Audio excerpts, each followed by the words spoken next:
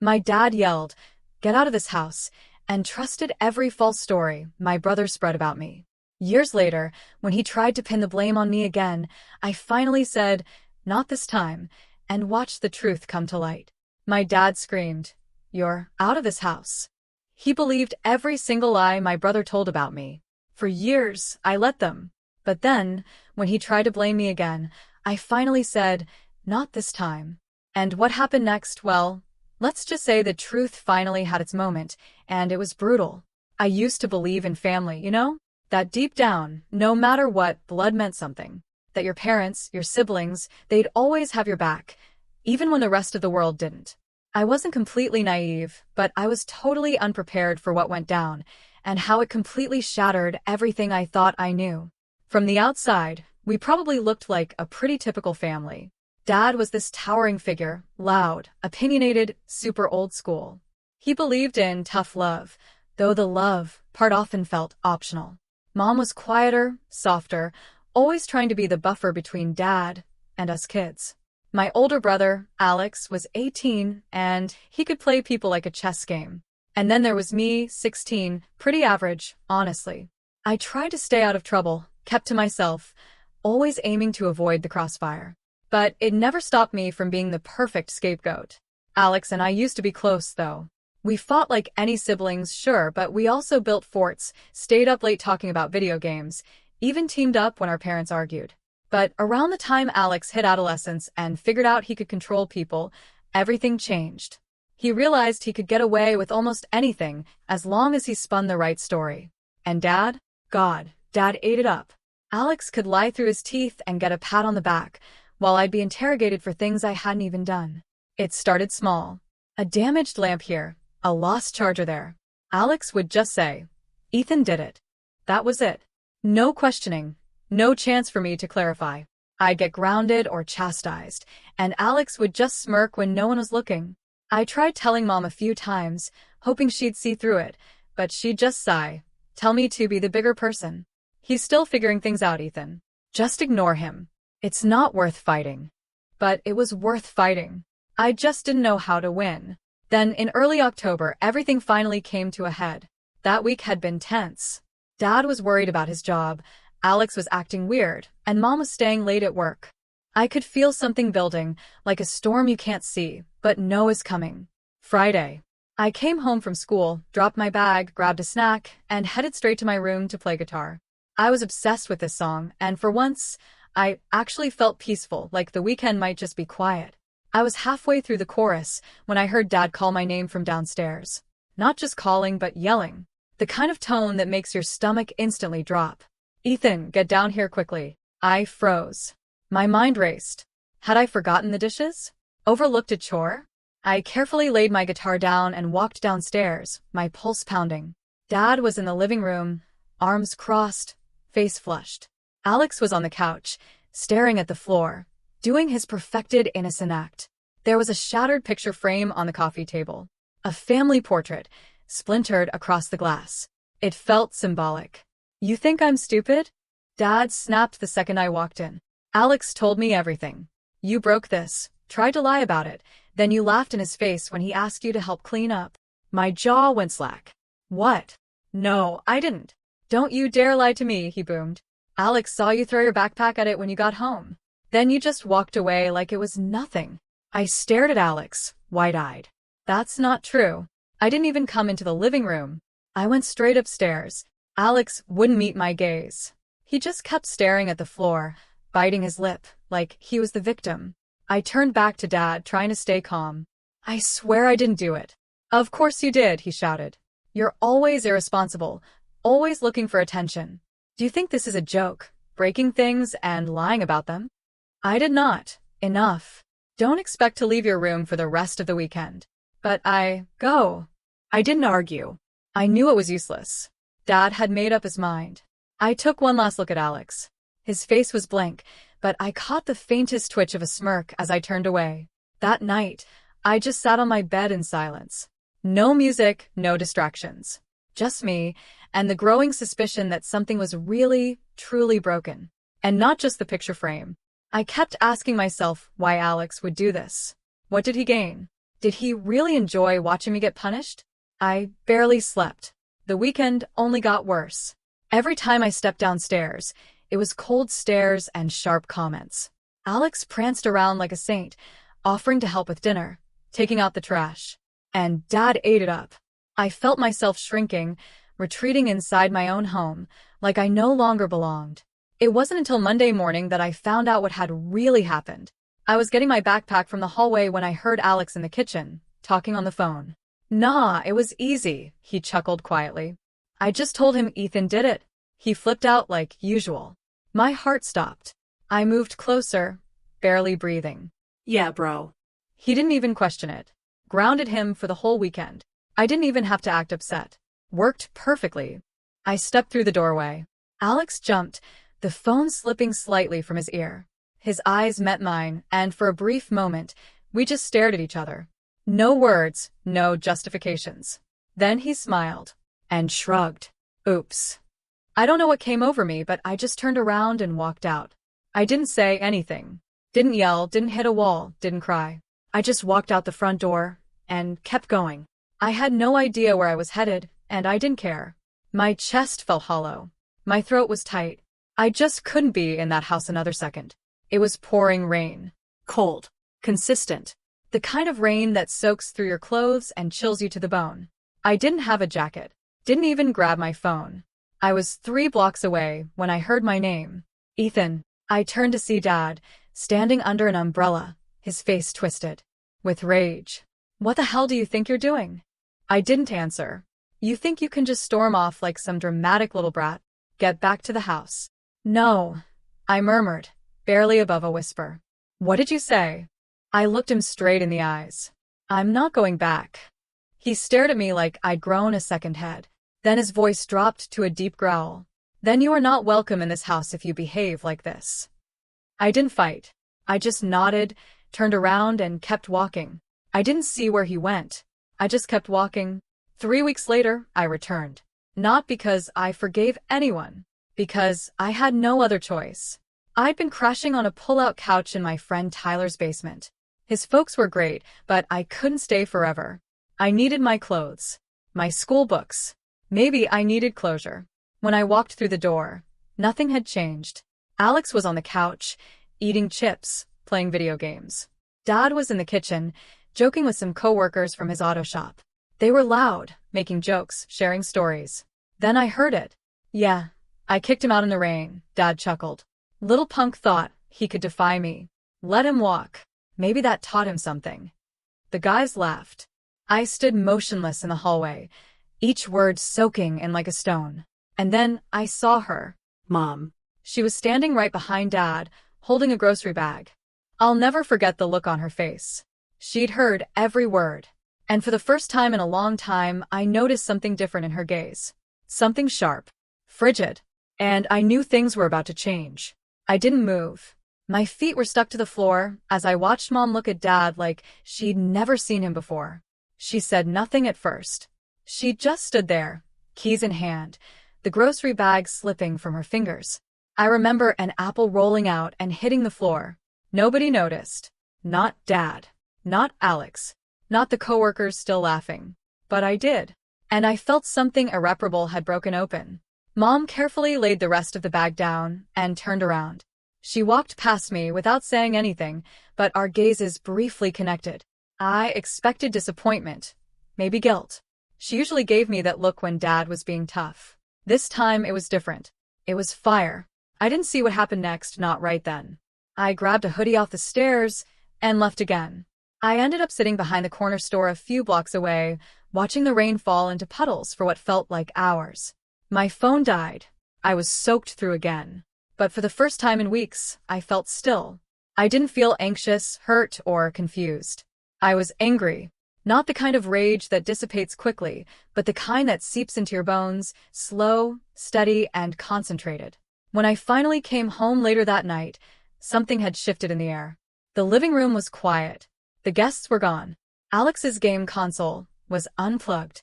Mom was at the kitchen table, sipping tea, as if she hadn't just witnessed her husband laughing about abandoning his child in the pouring rain. Come sit, she said, not looking up. I paused. Is Dad? He's in the garage, she replied gently. Don't worry. I was waiting for you. The tea in front of me was still warm. You didn't tell me, she said. You didn't say what he said to you that night. I assumed you already knew. I didn't, she replied softly. Alex told me you stormed out after breaking something and screaming at Dad. I stared down, my jaw clenched. Of course he did. But then I heard what your father said today, she said, her voice softening slightly. And suddenly, a lot of things made sense. We sat quietly. I'm sorry, she added, making me flinch. Not because of the apology, but because it felt genuine. Too real. Like she had finally witnessed what I had been quietly going through. I didn't say anything. I didn't know what to say. But that moment should have been the beginning of things getting better. It wasn't. Because that's when Alex knew he was losing control, which he did not take well.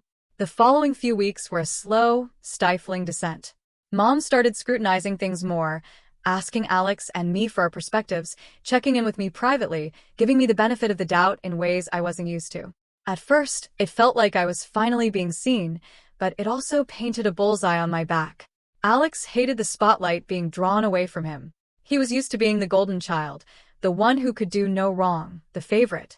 Mom stopped relying on his every word. She started spending more time with me, asking about school, monitoring my guitar practice, making sure I ate dinner. Alex noticed. He started small-scale sabotage. My phone charger would disappear. My homework mysteriously went missing. One day, I found my socks soaking wet in the bathroom sink. I didn't have proof, but I knew. His smug little sneer, as I came downstairs hunting for my belongings, told me everything. I tried to ignore it. I told myself he'd get bored. But Alex wasn't wired that way. If he couldn't be loved, he'd settle for being feared. If he couldn't manage the narrative, he'd burn it down. I got home from school one night to find Dad pacing in the living room, his eyes wild. Alex sat on the stairs, head lowered, like a sorrowful little martyr. Where is it? Dad demanded the second he saw me. Where's what? You know exactly what. I really don't. $250 from my top drawer, he replied. Gone. My gut plummeted. Not because I took it, but because I saw exactly where this was going. I didn't take anything, I said. Why would I even? Alex saw you going into our room yesterday. I was looking for Mom. Don't lie to me. I looked at Alex, who looked genuinely hurt. I saw him go in after school. I didn't think anything of it until I overheard him on the phone bragging about having cash for a new amp. My lips were dry. What? That's not. I'm done with the lies. Dad yelled. I should have never let you back in this house. I didn't. You think I'm stupid? You think I would notice when money goes missing the same day you're bragging about gear? I never said that. Ask Tyler. Ask literally anyone. I haven't been saving for anything. I've been working at the corner store every weekend to pay for that amp. You can check with Mr. Hernandez. Dad scoffed. Yeah, we'll see what your manager says. He stormed away. I stood there shivering, not in fear, but in wrath. And Alex? Alex just smiled and walked by me as if nothing happened. That night, I lay in bed staring at the ceiling, reflecting on all the times I'd let things go. Every lie Alex told, every punishment I received, every time Dad blindly believed him, it taught me a valuable lesson. They wanted me to be silent. They needed me to be silent. But I was not going to do it anymore. The next day at school, I saw the guidance counselor. I told her everything. Not just about the money, but about the months before, the routine, the lies, the neglect at home. She listened. She jotted things down. She nodded. I wasn't sure if any of it would matter, but it felt good to finally speak it aloud. When I arrived home that afternoon, Dad was waiting for me, arms crossed. Alex was already on the couch, eating chips, as if nothing had occurred. You told your school that we were abusing you? Dad yelled. I froze. Your counselor called, said they're opening a case, said someone's coming to do a home visit. Alex smirked. Nice one, Ethan. Very mature. Dad took a step closer. You think this is a game, bringing strangers into our house? You want to humiliate your family, fine. But you better pray they find something, because if they don't, you're out for good. I looked at Mom, who had just entered the room with laundry. Her eyes were wide. You threatened him? She inquired. He's trying to ruin us. Dad yelled. He wants to tear this family apart because he's too lazy to take responsibility. He's 16, she snapped back. You're a grown man. You don't get to threaten your child just because he finally spoke up. That silenced everyone. But not for long. 3 days later, the social worker arrived. She spoke to each of us separately, asking questions, taking notes. I told her everything again. She was patient, but her expression revealed nothing. I wasn't sure if she believed me. I had no idea what would happen, but Alex did. And he panicked. The following morning, I awoke to commotion. Mom was yelling. Dad was roaring. Alex was crying. I came downstairs and saw it. Mom was holding Alex's phone, open to a group chat. Screenshots. Images. Texts from Alex's conversations with his friends, like, "Watch this. I'm going to get Ethan kicked out again, and my dad believes anything I say." There were videos too. One of him pretending to cry after smashing a plate. Another of him ridiculing me after I was grounded. It was all there. Everything. I just stood there, transfixed, while Alex tried to defend himself. It was just jokes. They're my friends. None of it's real. But Dad wasn't listening. Mom wasn't either. And for once, I didn't have to carry the stillness. I expected things to improve at this point. That Alex would face consequences. That maybe, just maybe, I might be believed without having to bring the truth to light. So, what happened next? That was worse than I could have anticipated. Because instead of punishment, apologies, or justice, they made me the problem again. And that was the breaking moment. It's strange how everyone says the truth will set you free, as if dragging it into the light causes everything wrong to instantly flip right. I believed that for a long time. I clung to the naive faith that if I waited long enough, remained patient, kept my head down, the truth would eventually fight for me. But it didn't. Not at first. After the group chat was uncovered, Mom saw the texts, videos, and all the smug manipulation Alex had stored on his phone. I expected something, anything, to change. There was yelling. There was crying. Threats were flung like knives across the living room. But in the end, nothing much changed. Not that it mattered, because I still ended up being blamed. It started with Dad. He didn't say anything at first, just glanced at Alex, then at me, as if the weight of the truth was too much for him to confess he'd been wrong for years. Then he shook his head and said something that still bothers me. "You could have handled this privately." I blinked. What? You didn't have to humiliate your brother like that. You went through his phone. You think that's okay? I didn't go through anything. Mom did. And what are you even talking about? He's the one who set me up for months, lied, got me kicked out. He said it himself. He did it all on purpose. Dad snapped. He's a kid. He's still learning. You should have talked to me like a man instead of crying to your school. My heart sank. There it was. The wall. Even with all the evidence in front of him, and Alex's own comments echoing throughout the home, Dad couldn't get past his pride. He didn't want the truth. He desired control. And in his eyes, I'd broken the chain. Mom tried to stick up for me. She defended me that morning and pushed Dad in ways I had never seen before, but it didn't last. By dinner, she was silent and aloof. When I asked whether she was okay, she just seemed exhausted. "I'm trying to keep this family together, Ethan," she said quietly. "You don't understand how hard that is." I did. But I also knew something else. It wasn't my duty to keep the pieces together anymore. After that day, things grew worse. Not louder, but quieter, which seemed crueler. Alex didn't speak to me at all, just strolled past me as if I didn't exist. Dad scarcely acknowledged me. Mom spoke only as required. There were no more accusations or screaming battles, only silence. Cold, harsh, resounding quiet. It felt as if I had died, and no one had the decency to arrange a funeral. The house visit with the social worker ended with a shrug. She stated that there was insufficient proof of abuse to warrant a formal intervention. Unfortunately, emotional neglect was a hazy area. "Monitor the situation," she advised my counselor. "Let us know if anything escalates." As a result, I stopped expecting and asking for support. I reached rock bottom about a week later. It was Thursday. I'd stayed late after school to help the band teacher, mainly to avoid coming home. When I eventually arrived, the front door was locked. No note, no phone call, nothing. I knocked, and Alex answered. He looked at me through the glass for a time before gently, methodically, closing the door again. I waited on the porch for 20 minutes, expecting Mom would come unlock it, that it was just a mistake, that someone had forgotten I didn't have a key. No one came. I eventually departed again. I returned to Tyler's apartment, soaking through and silent. His mother opened the door before I could knock. "Oh, honey," she said softly. "Come in." They didn't ask for an explanation. Simply allowed me to shower, dry my clothing, and gave me dinner. Tyler and I stayed up all night playing old video games, pretending everything was fine. But I couldn't pretend any longer. That night, I made a decision while staring up at the ceiling in their basement. I was not going back. Not this time.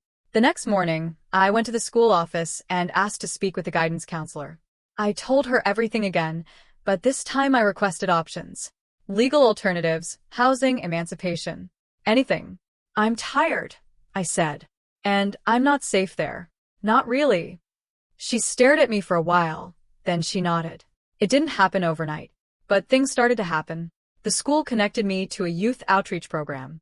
They scheduled an appointment with a social worker who specialized in at-risk teenagers. We met weekly. She listened. She truly listened. For the first time in my life, someone took my story seriously. She assisted me in applying for a student housing program for minors from insecure family circumstances. It wasn't easy. There were interviews, documentation, and home inspections. However, Tyler's parents backed me up. So did the band instructor. So did Mr. Hernandez from the corner grocery. People stepped up for me in ways I never expected. Eventually, I was placed in a group home 2 towns away. It wasn't glamorous. 4 kids per room, shared bathrooms, daily chores. Yet it was safe. For the first time in months, I was able to breathe. I began rebuilding, one component at a time. I landed a part-time job at a music store near the group home. Keith, the manager, loved my ability to tune guitars by ear.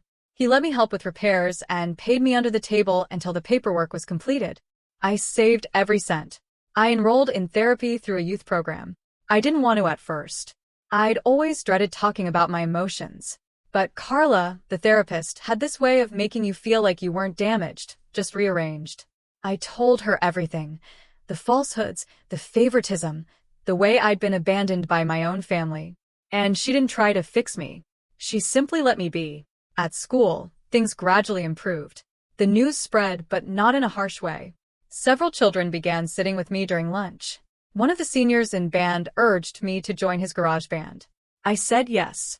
We began practicing after school, jamming in his dad's shed. I hadn't realized how much I missed feeling like a part of something. I also started performing better in class. I'm not sure why exactly. Maybe because the chaos had subsided, or because for the first time, I was doing it for myself. I even received a small award for a song I wrote and entered anonymously into a statewide music competition. It was a basic piece, just me and my guitar. But the lyrics were genuine and honest. The judges deemed it haunting. I didn't tell anyone it was about Alex or Dad or standing in the rain at 16 years old waiting for a door that never opened. The descent was gradual and painful, but the ascent was mine. And somewhere in the midst of it all, I realized something significant. You don't need a broken family to be whole again. You simply need to quit waiting for them to heal you. I was now rebuilding brick by brick, step by step. But I wasn't finished. Not yet. Because as much as I wanted to move forward, there was a part of me that craved something more. Closure. Not the type that comes with forgiveness, but the sort you take back with your own hands. And when the occasion arose, I did not hesitate. It's strange how rage can settle on you like embers from a wildfire. Quiet. Nearly unnoticeable, but always warm and searing. For months, I had buried the worst of it beneath the minor successes. My job at the music shop, band practice, the scholarship. Everyone said I was doing well. My school counselor said I was resilient. Carla claimed I was mending. And in some ways I was. But there was still a part of me, this obstinate, pulsing agony, that hadn't gone away, that remembered the cold rain on my hoodie, Alex smirking through the glass, my father's voice, like a door slamming shut. "You're not welcome in this house." That statement played on repeat some nights. I wasn't preoccupied with revenge, not exactly, as I lay in bed at the group home staring at the ceiling. I didn't want violence. Or a dramatic courtroom moment where I stood up and pointed fingers like in a movie. No. I wanted something much simpler. I wanted the truth to matter. I wanted them to feel as I felt. And I wanted power. That's where it began. The concept came slowly, like a guitar riff I couldn't get out of my mind. It started as a notion, then evolved into a plan, then a project, and finally, information. People forget that teenagers are constantly observing, listening, and taking notes. And I had spent my entire life doing exactly that. I knew my father. I knew how he thought, how he lied, how he boasted, and how he never checked the minor details because he was too busy exaggerating the major ones. I understood how much he valued appearances, respect, and being the guy everyone looked up to in his circle. I also sensed Alex was weakening, that his golden child facade was crumbling now that I wasn't there to absorb the heat. I still had mutual friends at school, and they told me stuff without realizing they were helping me. Stories of Alex skipping class, getting into fights, mouthing off at teachers. One student claimed Alex had begun bragging about being able to hack grades and manipulate attendance in the school system. That piqued my interest. So I started asking around, slowly and cautiously. It turned out that Alex hadn't actually hacked the school system. One of his acquaintances had an older brother who worked in IT for the district. They discovered a backdoor into the school site using a shared admin account and a password written on a sticky note in the lab. Alex had been using it for months, not only to correct grades, but also to erase absences and submit bogus assignments. He even added an extracurricular activity to his transcript that didn't exist and no one noticed. That was the beauty of favoritism. Everyone assumed the best about him. I didn't tell anyone. Not yet. Because I wasn't ready to move. Not until the next piece slipped into place, which occurred roughly 3 weeks later. I was working at the music store when Keith, the owner, pulled me aside and handed me a large envelope. "What's this?" I inquired. "Your competition prize," he said. "They sent it here since you listed the shop as your primary mailing address." Smart, by the way. I opened it. Inside was a check. $2,500. More than I had imagined. Enough for a new guitar. Perhaps even enough for a used laptop. But I didn't spend it. Not yet. Because now I had the means and the motivation. There was just one more thing to do. I contacted Tyler that night. We hadn't chatted much lately, just drifted like people do. But he was still the only one who had witnessed what happened to me in real time. He didn't hesitate when I asked to meet. We bought burgers and sat in his driveway like we were 13 again, talking about nothing until I eased into it. "I need a favor," I said. Tyler lifted his eyebrow. "What kind of favor?" "Nothing illegal. Just be quiet." He nodded slowly. "I'm listening." I informed him about Alex, the system, the phony grades, and the administrator login. Tyler's eyes widened. "Dude, that's a felony." "Only if I expose him wrong," I said. "I don't want to get anyone arrested. I want the school to know. I want my parents to know. I want it all to crash down. Not because I shouted it from the rooftops, but because he did it to himself." Tyler grinned. "Okay, I'm in. But how?" That's when I revealed the rest of the strategy. We'd gather evidence. Not just screenshots, but video and audio. Something impossible to dispute. Something I could drop like a hammer at precisely the perfect time. And the appropriate occasion would be Family Honors Night. It happens every spring. The school held a ceremony for students and parents to recognize academic success and moral virtue. Alex was supposed to get 3 bogus awards. 1 for academic performance, 1 for extracurricular leadership, and 1 for peer mentorship, whatever that meant. Naturally, my folks had planned to go. It was their favorite thing. Parade Alex around like a prize. I wanted that night. But I couldn't simply show up with charges. I needed to structure it like a story. So, we started assembling. Tyler pretended to be interested in Alex's methodology. He said he sought help with his own grades. He persuaded Alex to ramble, gloat, and describe the entire process again. This time on camera with his phone in his jacket pocket. We got everything. The login information, the fraudulent activity, and even a screenshot of Alex adding a volunteer trip to his record that never occurred. Meanwhile, I approached the competition board for the music scholarship. I told them I wanted to give a portion of my award money anonymously to help support future entries for children in group homes. They loved the concept. They invited me to attend honors night and receive a special plaque in front of the audience. Perfect. Now I had a reason to be present. On the day of the event, I wore a borrowed blazer and stood to the side while Alex and my dad mingled with the staff. My mother spotted me first. Her expression altered. Shock, followed by reluctance, and then something resembling shame.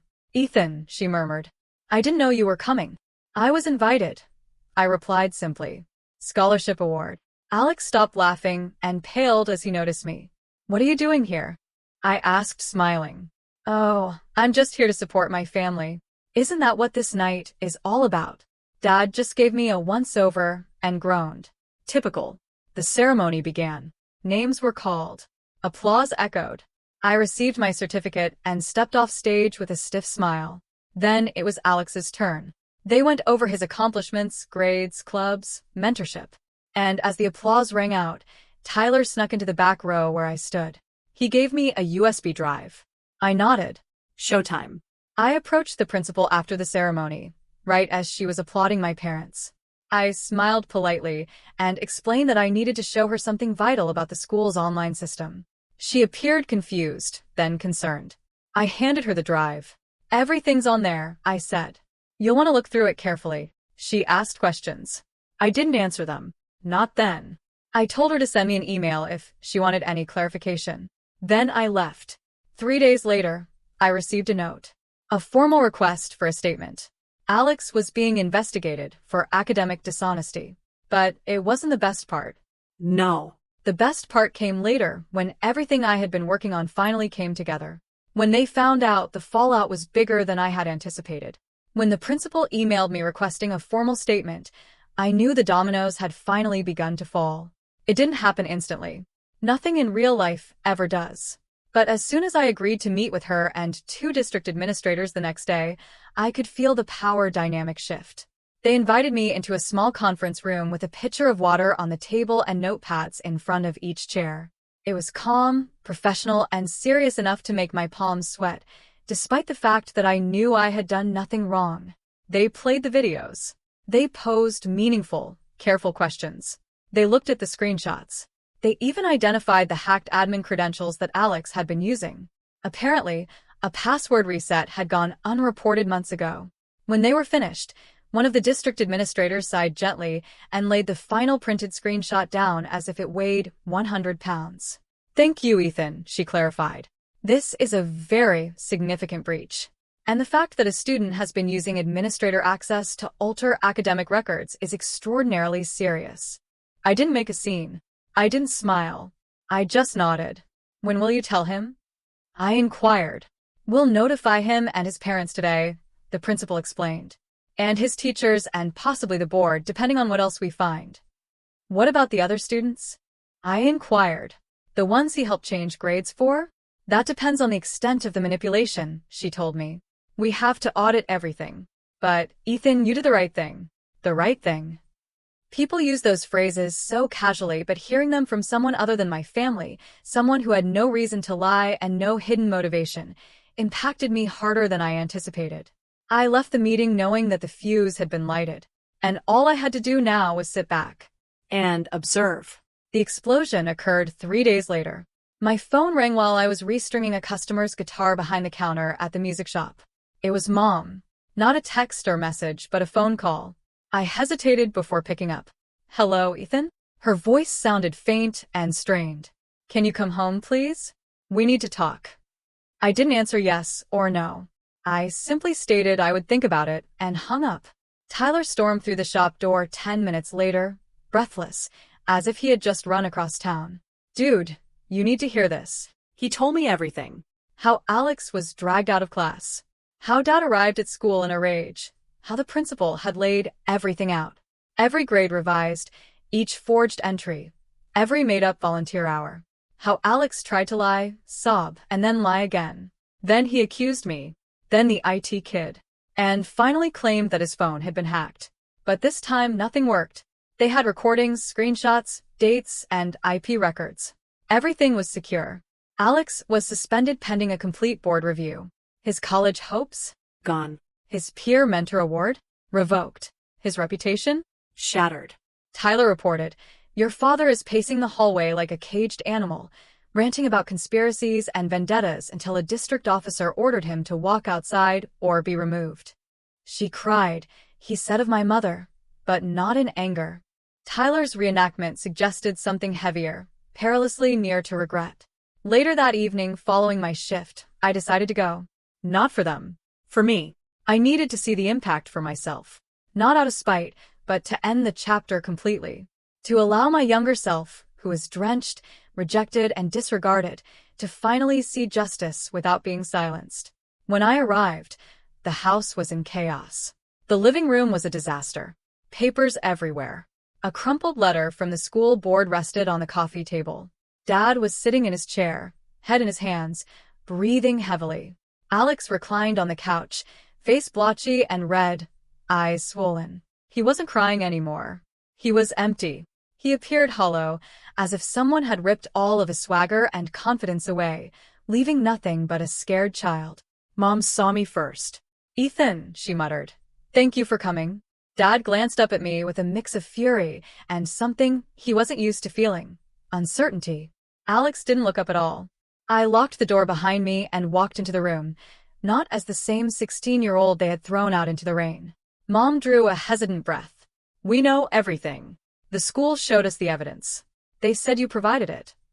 Dad snapped. "So, you've been planning this for months?" I didn't respond. "No," I said quietly. "I've been living my life." He's the one who forged grades, made up activities, manipulated a school system, and bragged about it to his friends. Dad stood. "You wanted to ruin your brother?" "No," I said quietly. "He ruined himself. I just stopped covering the damage." Alex finally looked up, eyes blazing, jaw shaking. "You set me up," he muttered. "No," I responded, my voice flat. "You set me up for years. All I did was tell the truth to people who actually listened." The room was utterly silent. I could hear the refrigerator hum in the kitchen. Mom dabbed her face. "Ethan, why didn't you come to us? Why didn't you give us a chance to fix this?" I laughed gently, not because I was amused, but out of astonishment. "I tried for years. I told you about the small things, the lies, the favoritism. You always told me to be the bigger person. You always told me not to cause trouble. And then you watched Dad kick me out in the rain because of something he made up. And when the school stepped in, you both treated me like a problem instead of a son." Mom flinched. Dad clutched his fists. Alex seemed to want to disappear. I proceeded with a steady, controlled voice that was almost gentle. "I didn't come here to fight. I didn't come here to watch you unravel, either.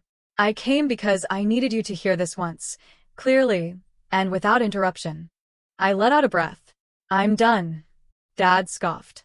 "What does that even mean?" "It means," I claimed, "you don't get to have power over me anymore. I'm building my own life.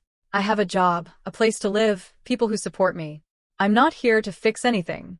I'm here to close the door you slammed on me when I was 16. Mom stepped forward. "So, that's it? We lose you. You lost me the night I begged to come inside, and no one opened the door," I said. "Tonight isn't about loss. It's about understanding." Alex finally spoke again, his voice quiet. "Ethan, I'm sorry. I studied him. Maybe he meant it. Perhaps he didn't. But it didn't matter, because I wasn't the one who needed his apologies anymore. I hope," I replied softly, "you learned something from all this. Not because you got caught, but because you finally felt what it's like to face the consequences you've been handing me for years." He looked away. Mom cried again. Dad was silent because he was angry, ashamed, or both. It didn't matter. I took a step toward the door. Mom muttered, "Will we ever see you again?" "Maybe," I replied honestly, "but not like this. Not with me begging for space or fairness. If you want to be part of my life someday, you'll have to walk toward me. I'm done walking alone." With that, I left. There was no dramatic smash or final scream. Just a quiet click of the door behind me as I stepped out into the cool night air. The group home was waiting. My guitar was waiting. My future, which I had created with my own hands, was waiting. And for the first time, the crushing weight on my chest had vanished, completely gone. As I strolled down the street past the house that I no longer feared, I realized something significant. Revenge wasn't about destroying another person's life. It was about recovering your own. And I'd finally finished it. I never looked back because sometimes the biggest victory is simply walking away and living a life you never thought possible. What about you? Have you ever had to choose between fighting for a family that wouldn't see you or walking away to build your own future? How did you find your power? Let me know in the comments below. I really want to hear your story.